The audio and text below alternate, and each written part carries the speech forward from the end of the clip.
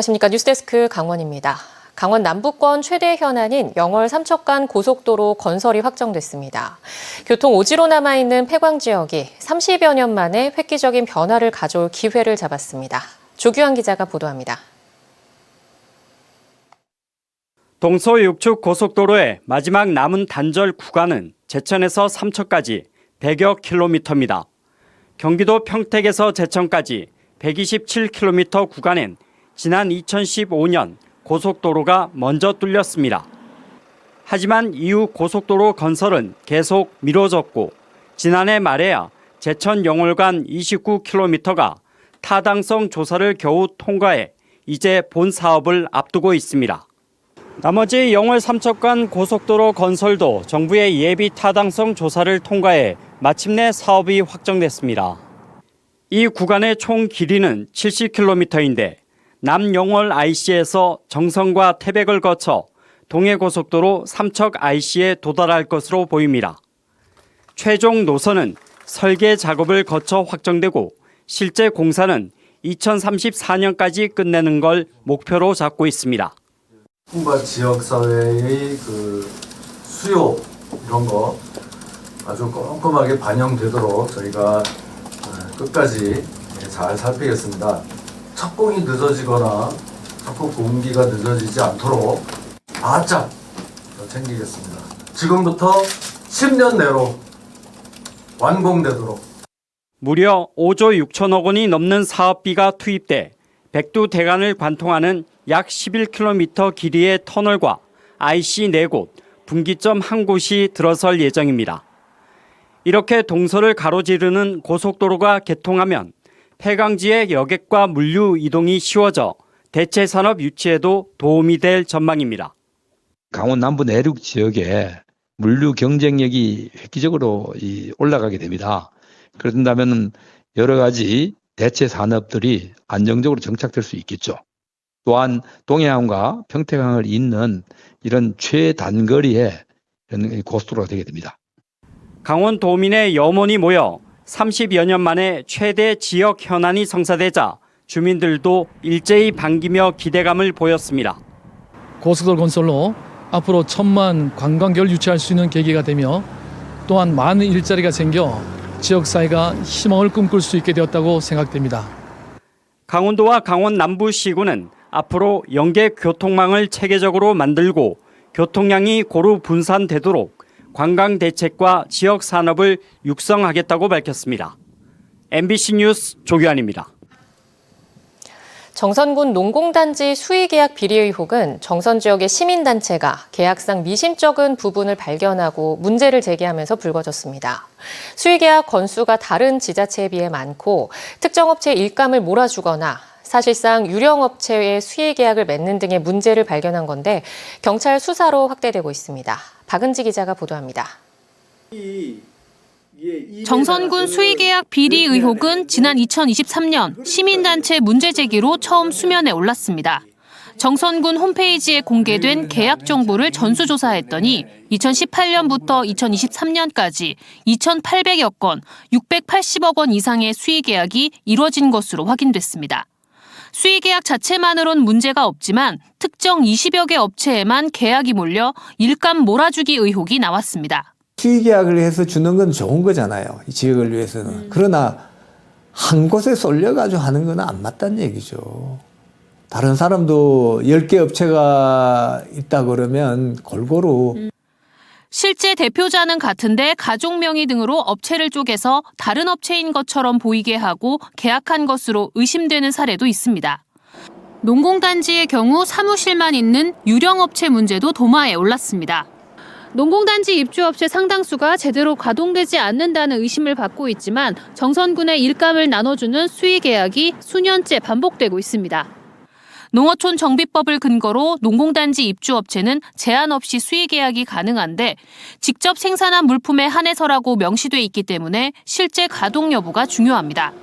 시설도 제대로 해놓지도 않고 페이퍼 컴퍼니를 갖다 놓고 수의계약만 하려고 해가지고 거기에서 해서 다른 데서 제품을 갖다 납품을 하고 하는 게 있으니까 문제가 생기는 거지. 시민단체가 관련 자료를 정리해 감사원에 접수하면서 사건이 경찰로 넘어갔고 경찰 조사에서 뒷돈 거래 진술이 나오면서 현재 수사가 확대된 상황입니다.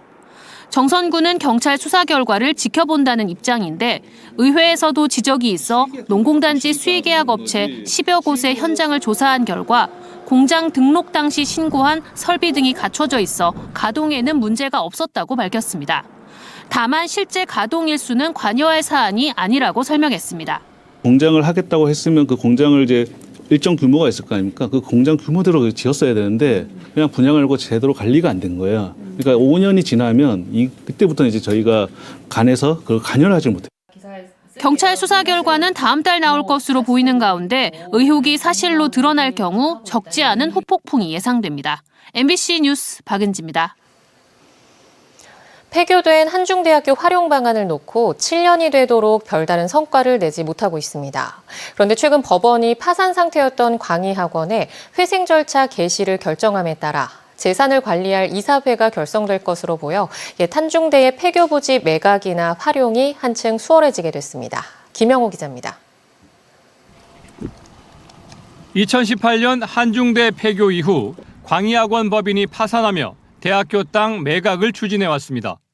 이곳에 종합병원이나 위락시설을 조성하겠다는 접촉도 있었지만 파산 관제인 체제로 들어서며 이사회가 해산해 매각 주체마저 불분명했습니다.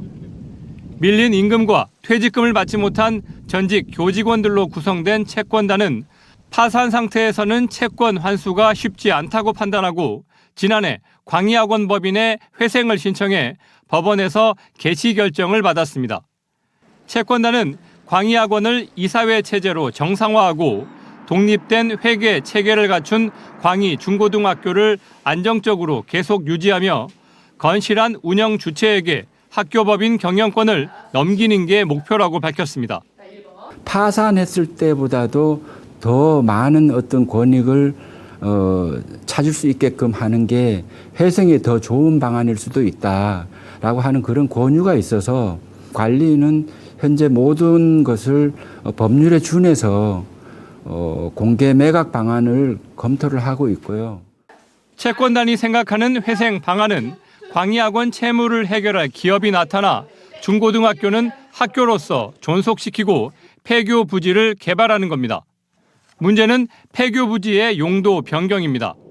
교육 용지 용도를 바꾸지 않으면 개발 사업이 어려워 매각 자체가 쉽지 않습니다. 토지 용도를 변경하려면 우선 교육부와 강원도 교육청의 승인을 얻고 이후 강원도와 동해시의 도시계획위원회를 거쳐야 합니다. 용도 변경을 위해서는 자격과 요건을 갖추어야 심의가 가능한 부분입니다. 우리 시에서는 무엇보다도 확실한 정책 비전과 발전 가능성, 주민 수용성이 우선되어야 할 것으로 회생 절차는 1년 6개월 안에 끝내야 하는데 채권 회수와 공개 매각을 통한 폐교 대학 활용 방안이 마련될지 관심입니다. MBC 뉴스 김영호입니다. 강원도 글로벌본부 개청 이래 처음으로 김진태 강원도지사가 주민들을 만나 주요 사업을 소개했습니다. 영동 지역과 강원 남부권 주민들은 다양한 질문과 당부를 쏟아냈습니다. 올해 글로벌본부 사업에 대해 김인성 기자가 정리했습니다. 김진태 강원도지사가 영동 지역과 남부 지역 10개 시군 주민들과 직접 만났습니다. 도청 업무를 대신하는 글로벌본부의 역할을 먼저 강조했습니다. 이제 1년 6개월이 지났는데 이런 사무를 4,600건을 처리를 했습니다. 토요일, 휴일을 빼고는 하루에 한 10건, 평균 10건씩 같이 여기서 다 접수하고 K연어산업이 예타 대상 후보 사업으로 선정됐다는 소식도 전했습니다. 기재부 회의에서 용화 3척 좋습니다. 예비 타당 조사 통과 두드렸고 그 뒤에 뭘 하나 또 두드렸는데 K연어를 또 두드렸어요. 예비적 타당성 이제 우리가 검토해 줄게 그 대상 사업에 올라가는 거예요. 이어 글로벌본부 내 미래산업국과 관광국, 해양수산국의 2025년 주요 사업들을 하나씩 설명하며 주민들과 소통하는 자리를 마련했습니다. 지상거리를 한 10km밖에 안 되는데 안 돌아요. 그런데 부산서 삼척까지 개통했지 않습니까? 그러니까 이 KTX를 동해까지 모는 게 아니고 함정까지 연장하는 사업을 도 차원에서 빨리 좀 진행해 주시고, 열차를 투입해야 된다는 문제라든가 현재 용량이 부족한데 약간 기술적인 문제도 있는 걸로 알고 있습니다. 그런 부분은 계속 지속적으로 저희 건의해서 어촌 마을에 관심을 가져달라는 당부도 나왔습니다. 어촌 신활역 사업을 확대하여 도내 어촌계 마을에서 신활 사업을 많이 할 수 있도록 좀 도와주셨으면 하는 바람입니다.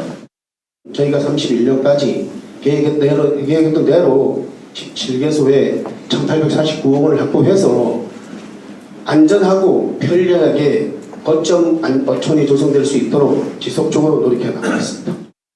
강원도 글로벌 본부는 주요 사업 설명회를 자주 개최해 주민과 행정의 거리를 더욱 좁히기로 했습니다. MBC 뉴스 김인성입니다. 강원도가 추진하는 수산식품 클러스터 조성 사업이 국가 예비 타당성 조사 대상 사업에 선정됐습니다. 수산식품 클러스터 조성 사업은 1,500억 원을 투입해 양양군 현북면 1원 13,000여 제곱미터 부지에 입주기업 지원센터를 조성하고 3.3km의 취배수관을 구축하는 배후산업단지 조성 사업입니다. 예타에 통과하면 취배수관 구축의 경우 국비가 지원되는 국내 최초의 사례로 연간 2만 톤의 연어를 생산할 수 있도록 육상 양식단지에 해수를 안정적으로 공급해 7천억 원대의 민간 투자 유치도 속도를 낼 전망입니다. 강원도와 양양군은 2029년까지 수산식품 클러스터가 준공될 수 있도록 올해 12월 예타 통과에 행정력을 집중하기로 했습니다. 2025-26 한국관광 100선에 강원 지역 11개 관광지가 선정됐습니다. 설악산 국립공원과 대관령, 동해 무릉계곡과 무릉별류천지, 인제 원대리 자작나무숲 등 자연경관을 즐길 수 있는 관광지를 비롯해 춘천 남이섬과 원주 뮤지엄산과 간현관광지, 동해 돛제비골 스카이밸리 등 주요 관광 명소도 100선에 올랐습니다. 강릉 정동 심곡 바다부채길, 속초 관광수산시장, 평창 발왕산 천년 주목숲길, 철원 한탄강 주상절리길 등 4곳은 이번에 새롭게 선정됐습니다. 환경단체 녹색연합이 강원도와 고성군이 추진 중인 설악산 울산바위 케이블카 사업 중단을 촉구했습니다. 녹색연합은 성명을 내고 설악산은 대한민국의 생태적, 역사적, 문화적 유산이 응집된 공간으로 이를 훼손하는 행위는 용납될 수 없고 케이블카 상부 정류장으로 거론되는 성인대는 천연 기념물이자 멸종위기 야생생물 사냥의 서식지라며 이같이 밝혔습니다.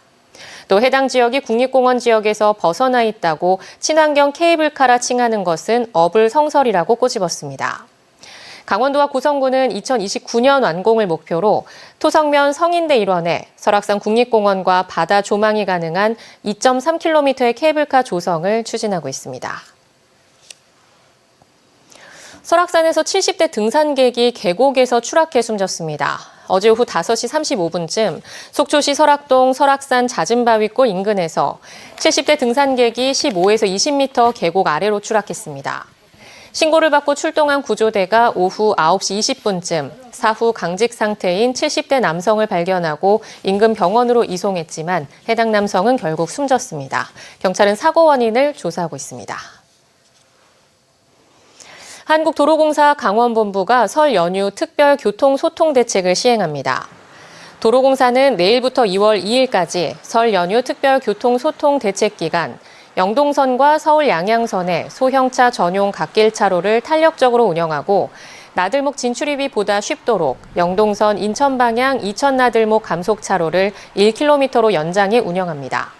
올해 고속도로 일평균 교통량은 지난해 대비 10%가량 감소한 34만 9천 대로 예상되는 가운데 최대 혼잡 시간대는 강원 방향은 28일 오전으로 서울에서 강릉까지 5시간 10분, 양양까지는 3시간 10분이 걸릴 전망입니다. 또 서울 방향 최대 혼잡 시간대는 30일 오후로 강릉에서 서울은 4시간 50분, 양양에서는 3시간 30분이 소요될 것으로 보입니다. 450년 전부터 이어져 내려오는 것으로 알려진 강릉 위촌리 도배례가 오는 30일 오전 개최됩니다. 도배례는 설 이튿날 마을 주민들 모두가 한데 모여 마을 최고령 어른인 촌장에게 합동 세배를 드리는 행사로 조선시대부터 450년가량 이어내려오는 것으로 알려진 설 명절 전통 행사입니다.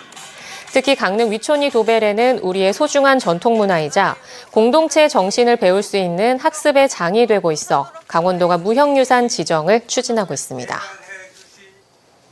강원뉴스 마칩니다. 시청해주신 여러분 고맙습니다.